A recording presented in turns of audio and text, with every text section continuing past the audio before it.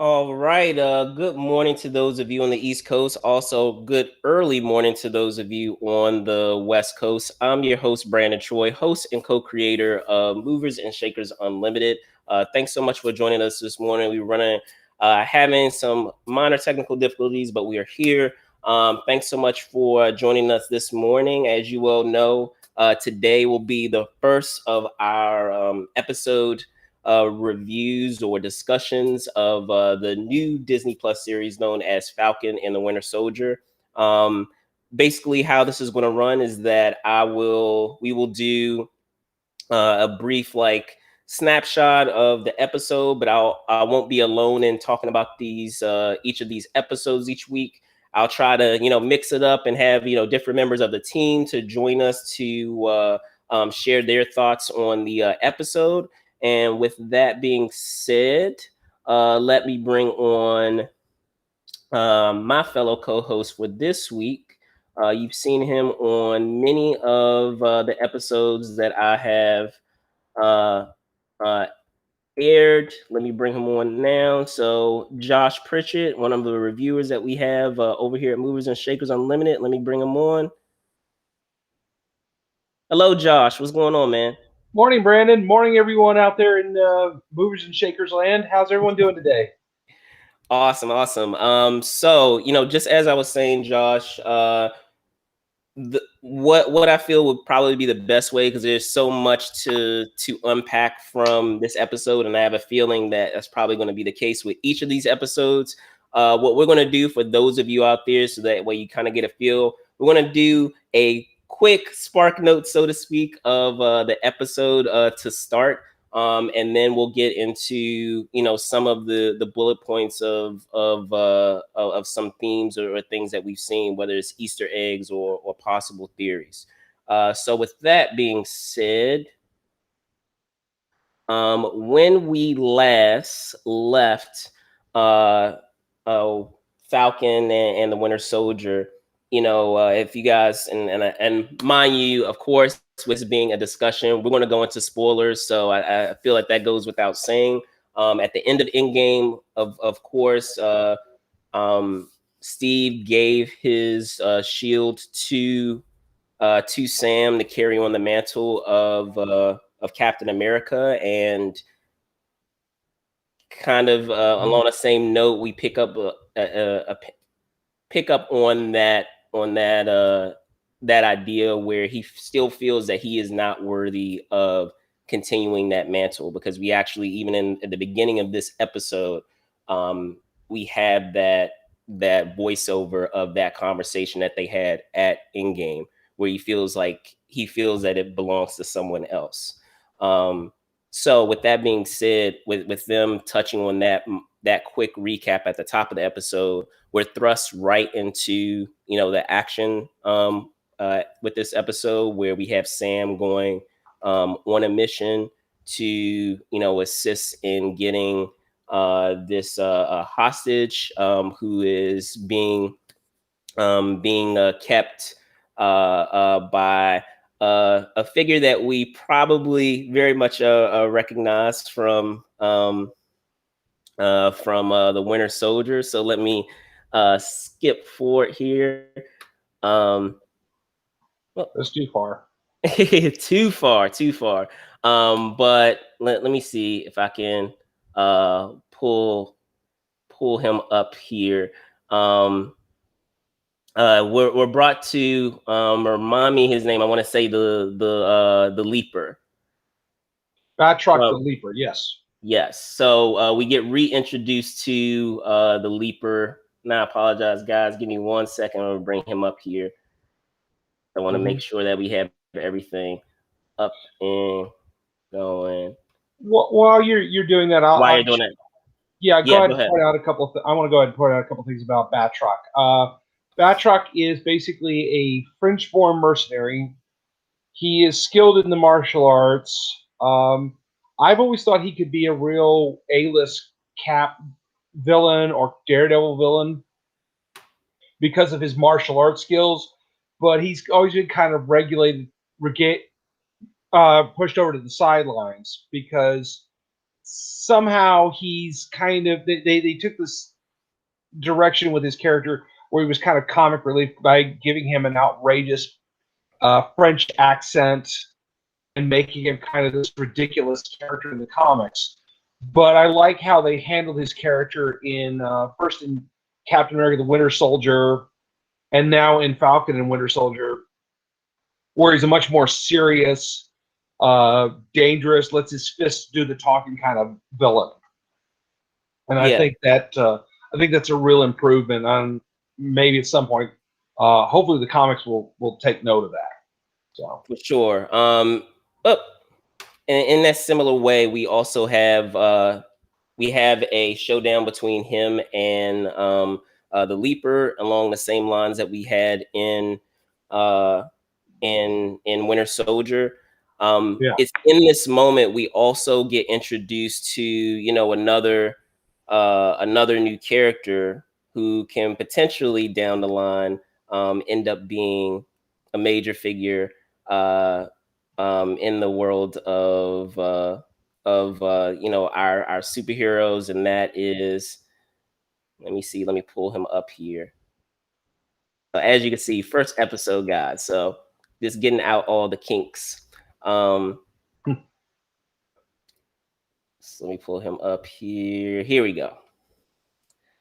All right. So yes, the gentleman here, he may seem like a minute character, within the context of this episode, but he down the line definitely has some history with the one of the mantles that we will one of the mantles that we have for our superheroes within the annals of the Avengers. So we get introduced to him along this mission, and you have to forgive me. Perhaps Josh, you can help me. I'm brain farting on his name as of now, the character's name. Let me see if I can pull him up real quick. But go ahead if you had any thoughts about this initial sequence. I thought it was a really great opening for obviously a show that is going to be very action based. It's not slow. It's a really great opening. And I like how it transitions from this big action high flying scene to getting more into the characters, like Sam's character and Bucky's character as the episode evolves. It definitely seems like as it opens, Sam is back working for the United States government. He is former Air Force, but now, of course, we know from Winter Soldier he was experienced in being with this, high tech wings setup that he had, and obviously because he's had a lot of fighting skills that he's been trained with Captain America, he's become a real asset. And so it's definitely a lot of action there. So, but you're going with what that character's name was again? Yes, it's Joaquin Torres. So I was you have to forgive me out there, guys, because like I said, a lot to unpack. Joaquin Torres, who in the comics actually becomes the Falcon in his own right. Yes. So let's see. We don't know if anything will come of that, but when it comes to Marvel and the MCU, we know that there's always a game plan. We're always playing, chess in terms of all these pieces, moving to their different spots.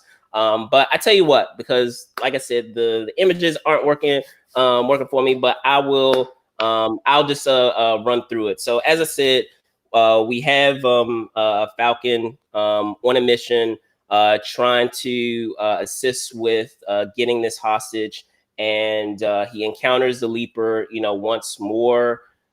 And within that time, we also get introduced to Torres, and we have a very, as you said, it's a very cool action sequence of skydiving that probably many of you guys have seen in much of the promotional material that they've had for Falcon the Winter Soldier.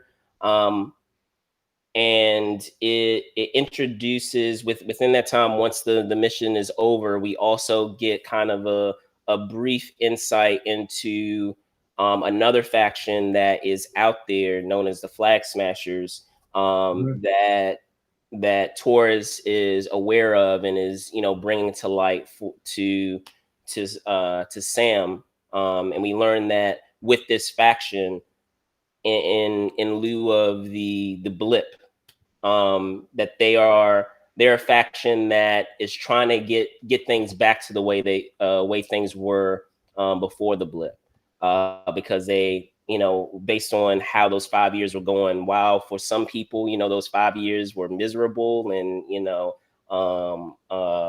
quite a desperate time for them, in their mind, they feel that it's a time where things were working to their advantage, that it was a time where there weren't any there wasn't any division among factions, because obviously everyone was working together during that time, due to the desperate times that were happening there, with of course half of all life being gone. So now that things are starting to return back to the status quo, we within the conversation that he has with Wilson, as well as throughout, I feel thematically throughout the episode, we learn that as things now are getting back to the status quo, things are becoming divisive once more. So the things that perhaps brought people together, now people are returning to their their old their prior stances, or their prior allegiances. So it's causing a lot of chaos in that respect. So switching gears, we have Bucky, and we pick up with him in a mission that he's carrying out as Winter Soldier. And the way that they shoot it was interesting, because it makes you think, initially it made you think that, okay, is he also going on secret missions now?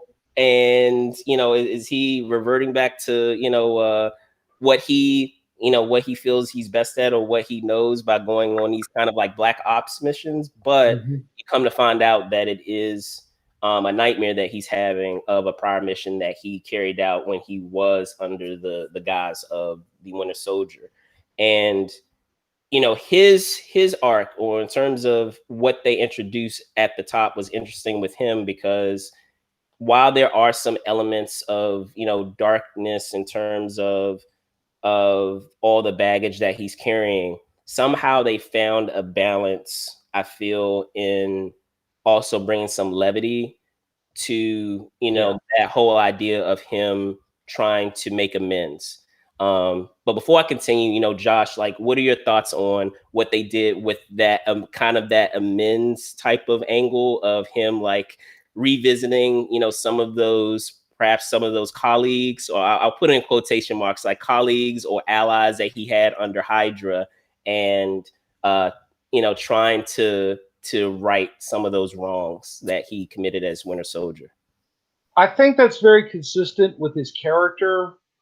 He's he's a man of action, and for him, amends is going to be like, okay, I'm going to forgive myself and try to lead a virtuous life from here on in. No, he's very much trapped with his own past. The only way he can fix it and to make the nightmares go away is he has to confront it. He has to actually make amends. He has to actually fix the wrongs that he started. And in one case, obviously, it is bringing down a United States senator, because she's an operative. She was an operative of Hydra, and she's still using those ability, her leverage, her power within Hydra to further her own agenda. Also, on the flip side of that, though, he has taken up this idea where he is being the older gentleman's, he being like a surrogate son to the I'm blanking on the character's name to that gentleman's son, because he killed the son because he was a witness to one of his actions as the Winter Soldier. I don't want to say what it was, but he's making amends for that by trying to take up some of the duties that a son would have taken up for his father. And obviously, though, he's also not going to do the therapy thing because he comes from a generation of people. It's like, all right, I don't talk about my feelings. I don't talk about my bad dreams. I just deal with it. I suffer through it, and I do the best I can, which we all know is not healthy. Right. And his psychiatrist is working, his counselor is working very hard to try to get him to open up. And he kind of goes like, this wishing that he could just go back to Wakanda because, yeah, he found a balance there. It's kind of like in the Rambo movies where Rambo, okay, he's still having these bad memories of the war.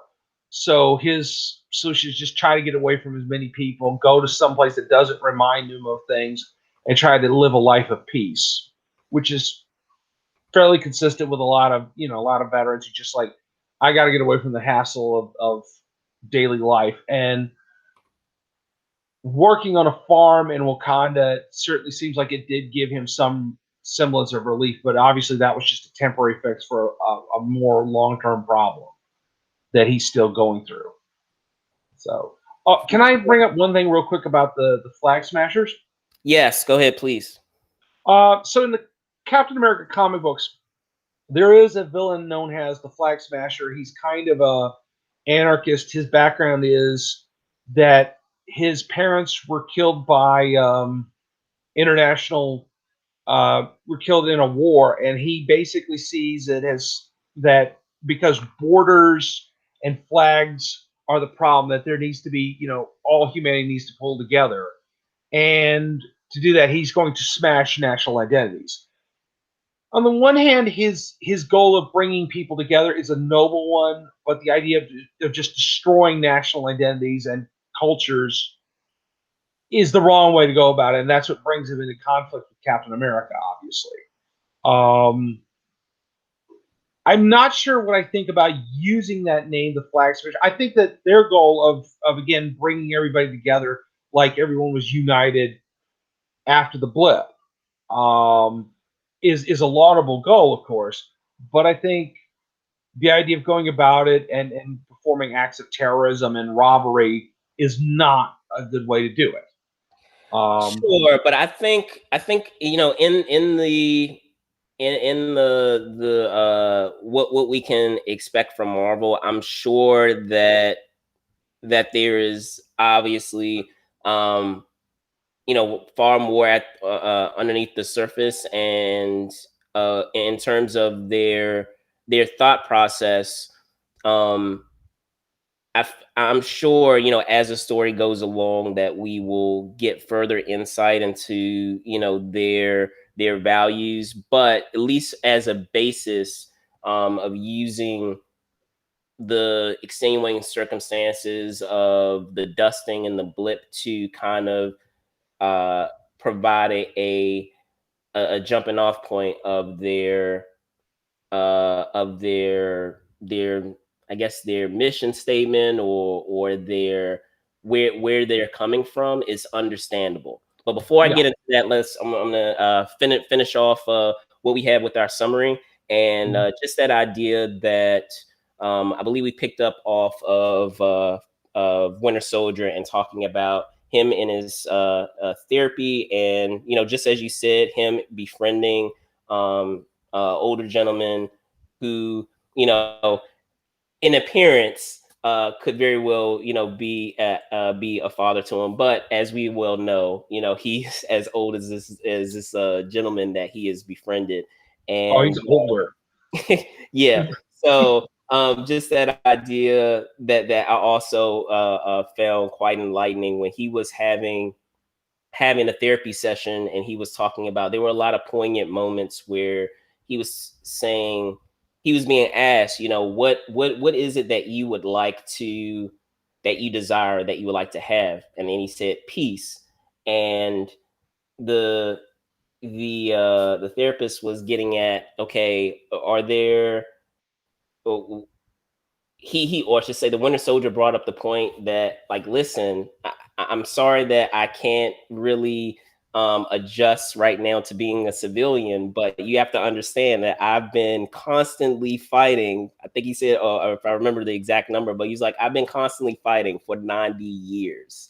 So like, you have to cut me a little slack, that like I'm not ready to really like spill my guts of like everything that I'm dealing with or that I'm processing, because I haven't really had a moment to digest or to really think about everything, because I've constantly been fighting, which is a good point. Like, with everything that he's done, I mean, just going to a couple of therapy sessions over, a period of time, even if it is a part of him being pardoned, there's going to be a lot more. He's going to need a lot more time to be able to process that, and to be able to put all of that into words, what has happened to him and what he's done.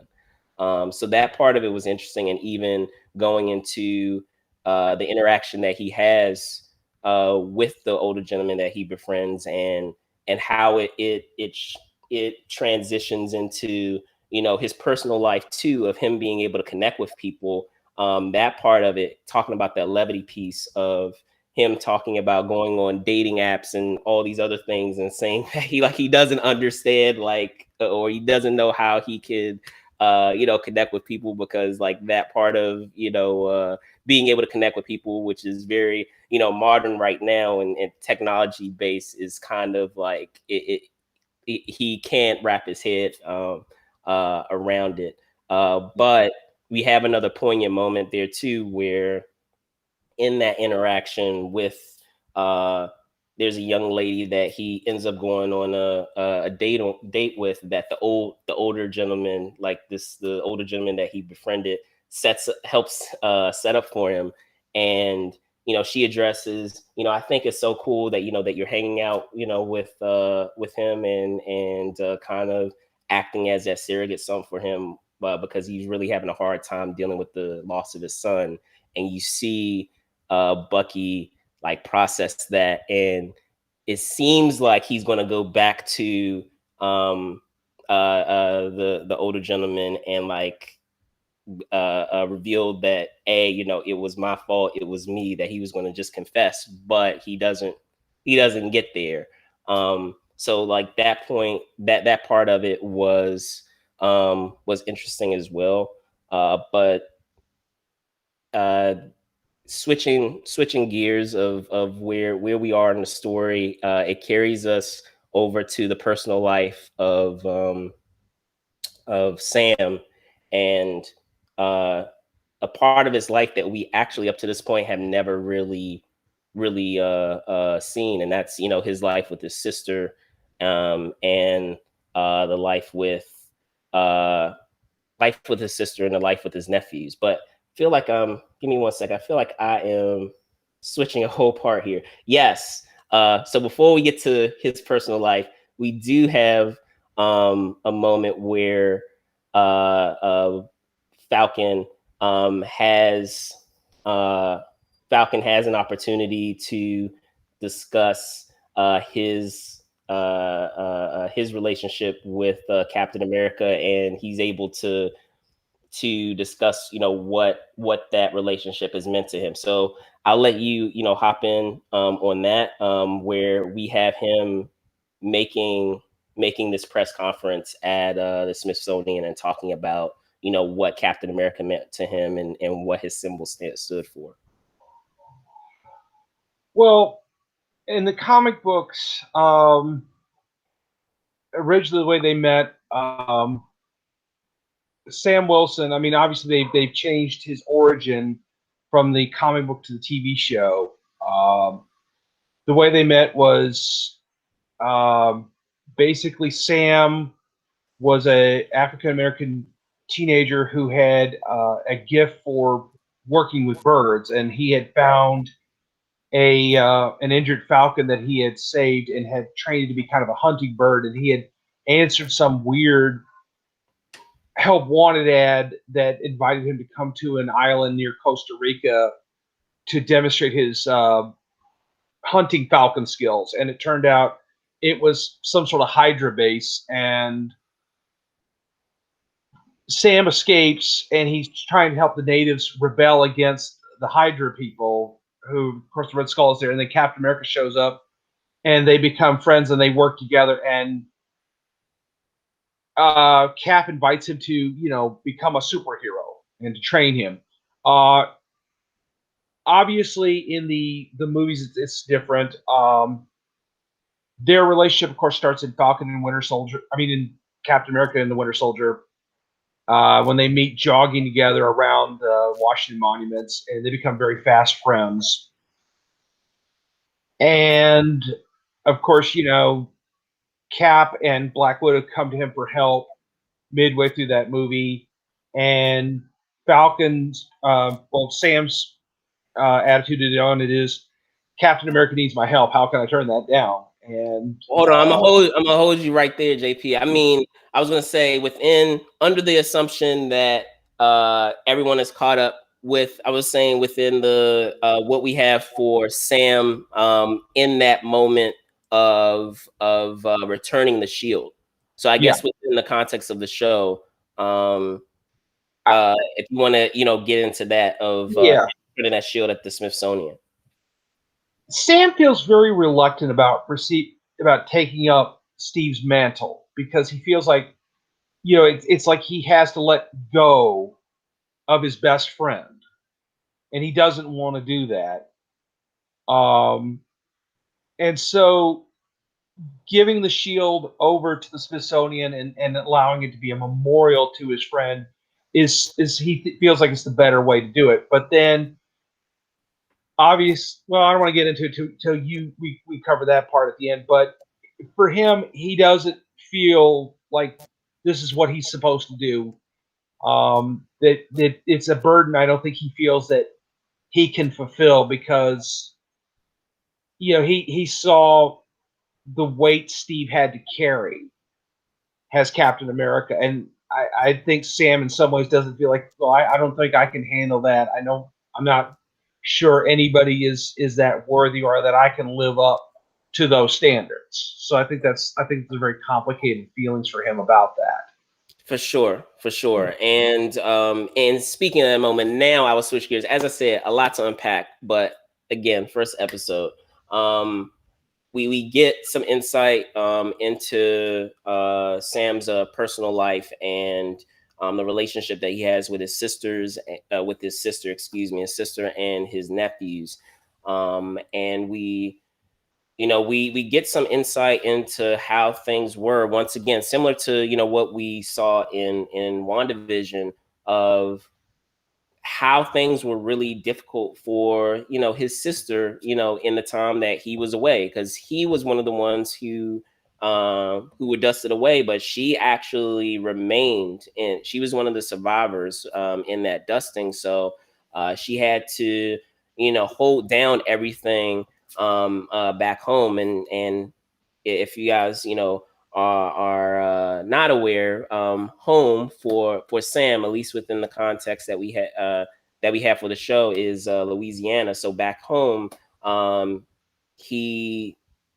they have kind of like a sparring match in terms of verbal and intellectual sparring, if you will, of the financial the financial issues and the financial struggles that she is dealing with trying to sell off their parents' boat, which holds a large amount of legacy for their parents, but just by virtue of the financial hardship that she's dealing with, thinking of selling this boat, which obviously Sam doesn't want to see happen. So we have instances where he's trying to brainstorm some ways that they can get out of the financial bonds that they're in, and it leads them to trying to get a loan at a bank, which, you know, is also, you know, a poignant moment, because we get that conversation between the gentleman at the bank and you know, Falcon, of discussing, you know, wow, you know, you saved the world this many times, and you know, there's not any like financial payment that's given to you, and we get some insight into that, at least, especially within the world of the MCU, of just that idea of, you know, you just assume that these superheroes, they get paid for what they do, but they, if you think about it, they don't. No. You know, all of it is pretty much on goodwill and favors that are likely given because of you know, what they've done for people. So, you know, that part of it is interesting, and I'll be interested to see how that idea carries forward, because I feel like there is something that could be mined from that, of that idea of making a living as a superhero, which, you know, we see in Amazon's, I'll go on a brief tangent, we see it to a degree in Amazon's The Boys, Yeah. to horrible horrible effect in terms of, you know, what can come of that, but we have yet to see it within the MCU, and that could open the door for, you know, some further conversation of characters and situations that can arise. But before I get into like that final section, you know, what are your thoughts on that section that we had of the show, where we're talking about like the personal, you know, family life of Falcon, of Sam, that we've yet to see thus far? Yeah. Well, just to throw in one quick thing about that, or we just said about the financial thing. A lot of people don't know this, but in the comic books back in the '80s, they don't make a big deal about this anymore. But apparently, Tony Stark was giving active Avengers members stipends for living expenses. You know, because of course he could do that. He's Tony Stark. But obviously, that's not something that carries over. And given the fact that Tony has passed away, that's not going to be something that any current or future Avengers can really count on. I liked the family interaction. I like that. Okay, you know, it's not all about superhero stuff. It does add to the humanity of Sam. It does say that, okay, outside of this world where he's, you know, a high flying superhero and he's stopping terrorists and intergalactic villains, he's still a human being. He's got a family. He's got people that are counting on him at home. He's got people he loves, and he's, you know, he's got to be there for them. But I think it's frustrating because it's like, okay, this guy starts talking about, oh man, you're so cool, you're an Avenger, you save the world, and it's like, okay, this doesn't translate. And you know, Sam's willing to go along with it. Yeah, take a selfie with me, no problem, do it. Anything to see if he can get this guy on his side to get this bank loan, and then it doesn't work. It doesn't go that way, and it's very frustrating. And Sam's, you know, still hoping he can find some way to save the family business, to, you know, save that boat, this part of his family's history, and everything. But it's really difficult for him, obviously, and you know, trying to figure out what to do next. So yeah, and I think that's going to be a really interesting part of this, because I that's one thing I like about the Marvel comic book heroes is, okay, they had real life problems that, you know, that they couldn't just simply solve. I mean, like, you know, Spider-Man had to have a day job. You know, Peter Parker needed a day job. Sam Wilson needs a day job. Um, you know, this kind of work-life superhero stuff is a real problem for them. You know, For sure. so, you know, I mean, it's like, how do you tell your boss, hey, boss, I'm sorry I'm late, but Thanos was kicking up a racket on Times Square. I had to go, you know, hit it. I had to go join the Avengers and punch him out. Because you're trying to keep your superhero identity secret too. So right.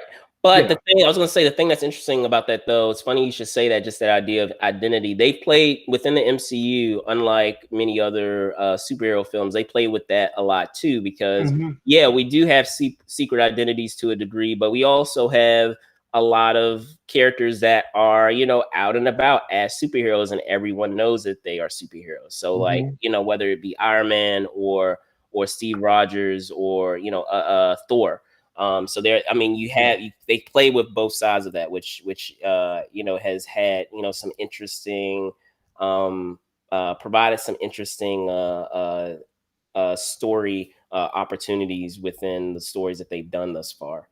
But jumping ahead into like the last section of the episode, we're reintroduced to Torres, who in jumping off of him having that discussion with Sam about the Flag Smashers, we learn that he is on a mission to kind of investigate the Flag Smashers and this movement that they have, kind of this grassroots like online movement that they have done in terms of their terrorism, and him encountering a member of this group. And it's pretty prevalent based on observing what they're able to do, with his observation of them carrying out this mission, and his fight with one of the members of this team, that they are not quite normal. There's something going on with them where they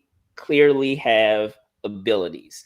So after that encounter that he has with the Flag Smashers, he reaches back out to Sam and tries to figure out what perhaps he might be dealing with.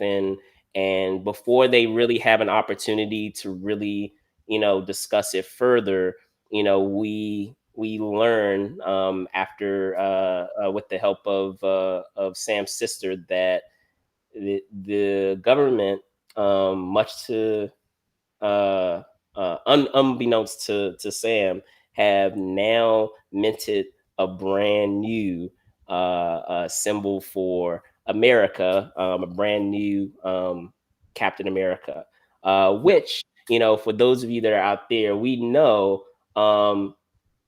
we haven't already, and you discussed it just now, just prior, Josh, of the history that we have with this character, and that all is not what it seems with this character. Even though this is our new minted Captain America, we will soon learn that there is far more underneath the surface with this character. Yes. So with that being said, I know I had some Sparknotes as my title, but I feel like we went a little over with doing what would be considered Sparknotes, but that's all good. But I still just wanted to give like a feel of what happened in the episode. With that being said, I'm gonna touch on like the first bullet point that I have here.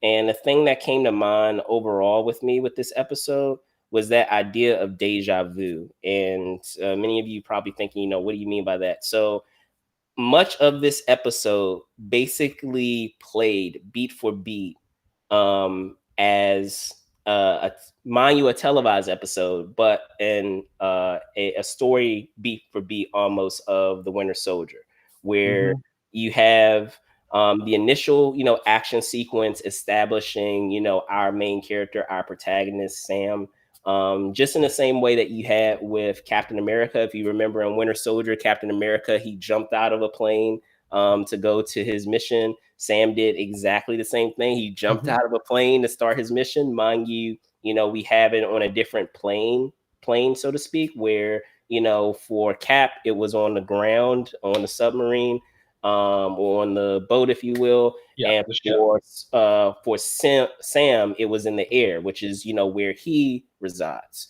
But in the same exact way, we had, the showdown with the Leaper. We have a potential new sidekick, just like we have with Winter Soldier, and we have now the appearance of new players on the board. In the same way that we had Winter Soldier, where we kind of had like this legendary or mysterious figure looming over the story, we have a mysterious figure or figures in the story with not just with U.S. agent or the new minted Captain America, but also with the Flag Smashers. So with that being said, what are your thoughts on that? The decision, it seemed like that they wanted to kind of pay tribute to Winter Soldier by, in a spiritual sense, going beat for beat from the story that we had from that film.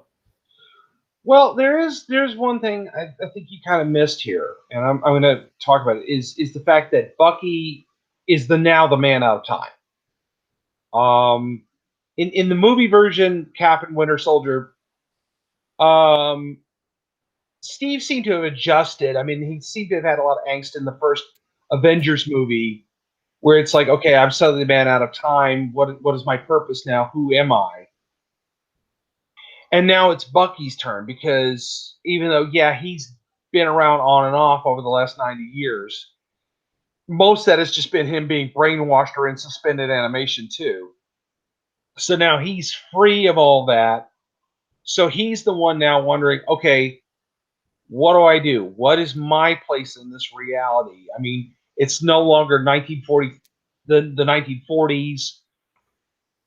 The people I grew up with are all long gone. Steve's gone now. My only real connection is my psychiatrist and Sam and the old man he's become friends with. So now he's trying to figure out, well, okay, what do I do? Who am I? Who is Bucky Barnes? Who's James Bucky Barnes now? I think there's that. I think there's, but I think, whereas Steve certainly had developed a support mechanism with the Avengers and with Nick Fury and S.H.I.E.L.D., James doesn't really have that. He's just got a psychiatrist, and he's, like we said before, he's a man of action. He needs to be doing things. He needs to be active because he can't rest until he's fixed everything. So there's that. And I think also seeing him again in his Winter Soldier costume at one point, and in the flashback scene, I think was certainly, I think, another deja vu moment. Because it's like, oh, just when you thought the world was safe, here comes the Winter Soldier again, and okay, what's this about? What's going on here? So, because I mean, at first I didn't realize it was a flashback. I thought someone was saying this was part of the story, that someone was that he's just starting back up again. That's what I thought. Right. That he was just starting back up because he had nothing else to do. Like that's all he knew. But yeah. But I will say this, and this is actually a great segue into the next topic, is that idea of Easter eggs. I know you were saying that you picture what you have for Bucky being a person out of time. I absolutely agree with that. However, I will say this, in terms of Deja Vu, and as I said, it kind of bleeds into the next topic of our Easter eggs. I would argue that Sam is also a person out of time, because he's been away from 5 years, and so much has changed in his life within those 5 years. So he has to reacclimate himself, much in the same way that Captain America did, reacclimate himself to this new status quo of the way the world is now. As a good example of that was, the conversation that he had with War Machine when he featured in this episode, and they were having that discussion of why didn't you take up the mantle, that conversation when they were at the Smithsonian. And he talked about how jarring it was to leave his family, leave his sister, leave his nephews, who were basically toddlers at the time, and to come back and they're grown kids. So like that was a huge adjustment, coming back to the dire straits that his family is in financially. you know, that's an adjustment. So I feel like much in the same way that Bucky is a person out of time. Many of the people that are coming back that have been blipped back are now people out of time, because they are now facing a very different world that they left 5 years ago. Yeah, that was a theme that was running through WandaVision. Yeah, Was sure. all the people that had come back after the blip, after the Avengers undid what Thanos did. And So how has the world changed? And obviously, like, you know, we had that scene in, I guess it was episode 4 of WandaVision, where Monica returns, when she has her big return, and she's in the hospital where she was sitting with her mother, and oh, okay, 5 years have gone by. She didn't even realize it. Suddenly everybody's coming back out of the blue, and everybody's in crisis mode, you know. exactly. So Exactly. So that actually, as I said, plays into some of the Easter eggs. Just that idea of, just like you said, a person out of time. I feel like that is a great Easter egg of what we encounter when we're dealing about just the metaphoric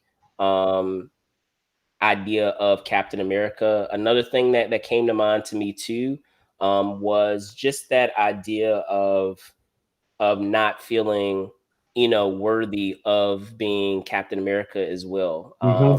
Not just in the context of the movie and the TV show, or should say the world of the MCU, not just within the context of the MCU itself, but also on a very meta level. Because if any of you are familiar with the casting that went into play for the original Captain America film for the first Avenger, Chris Evans actually turned down Captain America multiple times before he eventually decided that he was going to take on that role, because the very same reason, he didn't feel like he was up to snuff to take on a role of that importance and what that character stood for.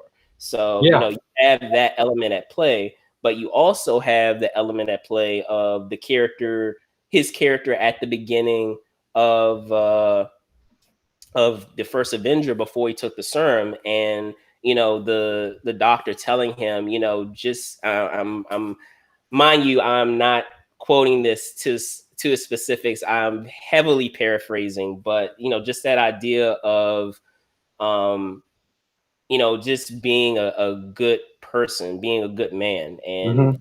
and even without he was always Captain America. Just the serum only enhanced what he was able to do with those values that he carried and that he had, but he always had that within him. And I think that might be something that it feels like they're also tackling in this story, in terms of that idea of what it truly means to be Captain America, and what Yeah. it stands for. Another thing that I noticed too is just that idea of the Notebook. Hopping back over to Bucky, the Notebook that we saw used saw used in Winter Soldier, where you had Captain America, because he was a person out of time. He was writing down all of these notes of things that he had to do. We saw the same thing with Bucky. Mind you, I feel like it's slightly darker because it deals with many of the people that he needs to make amends with, but just the idea that you still have that same mentality of writing down, what you need to do within a book. Yeah. Despite all the modern, conveniences that we have, we have tablets and we have phones and we can put all these notes and, all the technology that we have at our fingertips. He's still using a book to, put down all the to-dos of things that he needs to do. But were there any other Easter eggs that came to mind, for you before I continue, Josh? Um, I will say the woman who appears to be leading the Flag Smashers. I have a suspicion as to who I think she is. Do you want me to go ahead and say who I think that is? Let's save it for our Yeah, let's theories. save that. Okay. But yeah, go ahead. I do suspect she's going to be someone a lot more specific than just okay, she's the leader of the Flag Smashers. I think there's something else going there. I think that's very important.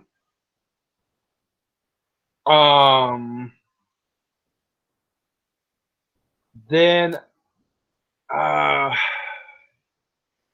to think, there was something about the game Bucky was playing with the young lady in the bar, the Battleship game. There's something there. I can't remember what it is. We should talk about that again next time. I'm gonna watch it again later. Cool. And then I was gonna say, unless did you have another thing? No, right now, not off the top of my head. I would like to say that I was very excited when I heard Wyatt Russell was going to be playing the new this new Cap, because he's a terrific actor. In addition to being Kurt Russell's real life son, he is a really great guy. Well, I was gonna say the funny thing is that in and of itself is very meta, because his dad is in the MCU too, playing the father of Star-Lord as Ego, or I should say played, past tense, played. So with that being said, I also wanted to hop into Joaquin Torres, because as I said, in the comic books, after once he actually is one of the people who takes on the mantle of Falcon. If I recall, you guys can correct me out there, but I believe, if I recall, because it's been a while since reading it, that he becomes the Falcon as a result of Sam becoming the new Captain America. Yeah. So let me see if I can pull up a quick picture of that, because I just wanted to, because I actually had a theory regarding that. And also, guys, if you guys have any additional theories or things that you feel that could are things that we might have missed, or things that you are thinking about when watching this episode, feel free to drop it in the comments. But yes, Torres actually becomes another version of Falcon, as seen here.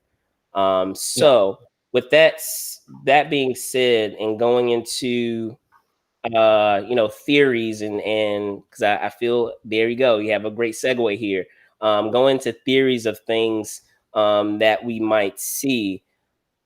I'll start first with the with Torres himself, and then Josh, feel free to share the theory that you had too. I was gonna say, with Torres, I don't think it's going to happen immediately, but I feel that they might be planting the seeds of him becoming the new Falcon. And in true Marvel form, I know, I remember when the initial, when Sam was first introduced in Winter Soldier, there was initially some dissatisfaction with the fact that he wouldn't be exactly the iteration that we have in the comics, where he has these wings, and just as you said, he's able to communicate with these birds.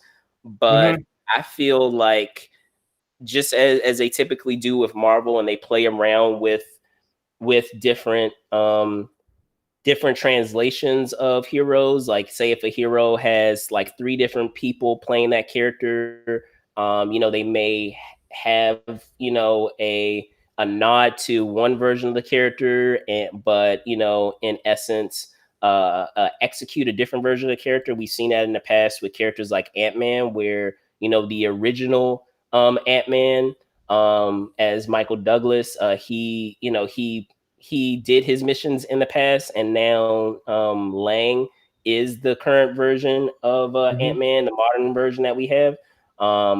We may see something like that here in terms of the abilities. I feel like, where there's an opportunity to actually have him being able to communicate with real birds versus having a AI bird, so to speak. So as much as people share their issues with how certain characters are translated, I feel like Marvel might try to satisfy that fan service by doing what they could have done with the original Falcon and giving those abilities to the new Falcon. But go ahead. What were your thoughts on Flag Smasher? Well, you mean about the woman who's leading them? Yes. Okay. I predict it's going to turn out that she is actually Sin, who in the comic books is the Red Skull's daughter, but will probably be his granddaughter, great granddaughter in the show. Okay. That's going to be interesting. I don't want to get too far into predictions about the new Captain America, John. I will say his name is John Walker. Yes. Okay. I also noticed, of course, you have, as you pointed out with the Flag Smashers, there was definitely a person, at least one person, who displayed superhuman abilities somewhat similar to Captain America's. Right. So I think that we are going to find out that, yeah, there's been some pirated super soldier formula going around again. And, of course, I think, obviously, General Ross is going to show up in this because he seems to have a lot of that super soldier formula lying around somewhere, as we saw in the Incredible Hulk. So, yeah, that's going to be a big thing. Okay. Well, here's my thing. I have a theory regarding the Flag Smashers group, and that is the idea because I kind of, the reason why I say this is because I know when it came to WandaVision, for all of us who watched WandaVision, I know it created tons of various theories and ways that it could have gone, and it seems like instead of providing all of these various avenues and intricacies in their story, and it's not to say that there's simple stories because they're still, very effective stories. I feel that based on all the baggage that we have with a lot of these characters and who they may end up being and who they could eventually become, I feel that Marvel might try to simplify it more. And in my theory, I believe that the Flag Smashers are perhaps an answer to what happened during the dusting. So my theory is like during this dusting, just as we saw in WandaVision, where people started to panic, and all forms of government and people in power started to panic and decided that okay, like all of this chaos is happening. We need to do something about it. Just like we saw in WandaVision, where we had the alternate version of Vision that was created. They probably dusted off the super soldier program, and similar to kind of what we saw in Civil War, where they had those folks that they were training, that we have a similar thing happening here where they dusted off the super soldier program and tried to create super soldiers of their own within that 5-year gap. And perhaps the Flag Smashers are the failed experiment of what happened, and they were able to perfect the formula, at least the version of the formula that they have, and they got to John Walker eventually. But only time will tell. We don't know, but that is my theory, that they are essentially failed experiments of what they tried to do in that 5-year span. And I also believe that, similar to what you were talking about in giving that background of John Walker, that they may try to weave his storyline and having that connection of them being experimented on with this super soldier serum. They may try to weave into that to kind of fall back on what's happened in the comics with his character, of weaving in his connection perhaps to the Flag Smashers. That he may have some type of connection to them in some way, shape, or form, outside of obviously them being provided with abilities, that they may actually be in cahoots. We'll see. But I think also, a lot of blanks will also be filled in by the Black Widow movie, because I think originally Black Widow was supposed to come out before Falcon and Winter Soldier, but now, of course, that And Falcon the Winter Soldier was actually supposed to come out before WandaVision, but they had to kind of pivot and adjust to that. So yeah. But all right. Well, did you have any other theories before? Not right now, no. But nothing we could definitely talk about next time. Absolutely. Not right now, though. I think we kind of covered everything, and I think we should pick this up again next week. All right, sounds good. So for those of you out there, thank you so much for watching. As I said, we were at the top. We had a little technical difficulties, but we were able to knock out much of what happened here in episode 1. I'm your host, Brandon Troy, host and co-creator of Movers and Shakers Unlimited, and I have right here to my left, your right, Josh Pritchett. All right, so be sure to like and subscribe the show, guys. Don't forget that you can find us on Twitter at Move and Shake UNLTD.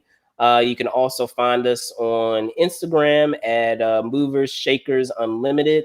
And if any other theories or ideas of things that have come to mind over these discussions, these breakdowns, these debriefs that we'll have for each week of these episodes, feel free to use the hashtag Falcon Winter Soldier M&SU. So Falcon Winter Soldier Movers Shakers Unlimited, whether it's on Instagram or on Twitter.